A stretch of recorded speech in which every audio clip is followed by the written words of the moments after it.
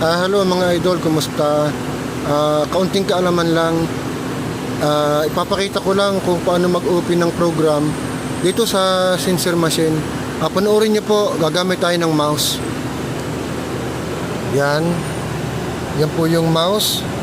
Ang sunod po mga idol, itong auto. Ating pipindutin.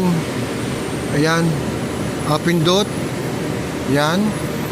Ang sunod po mga idol, yan pong open, saka yung view.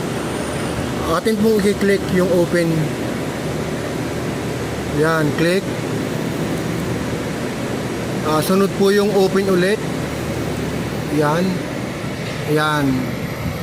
Yan na po mga idol yung mga program na naka-stored sa internal memory.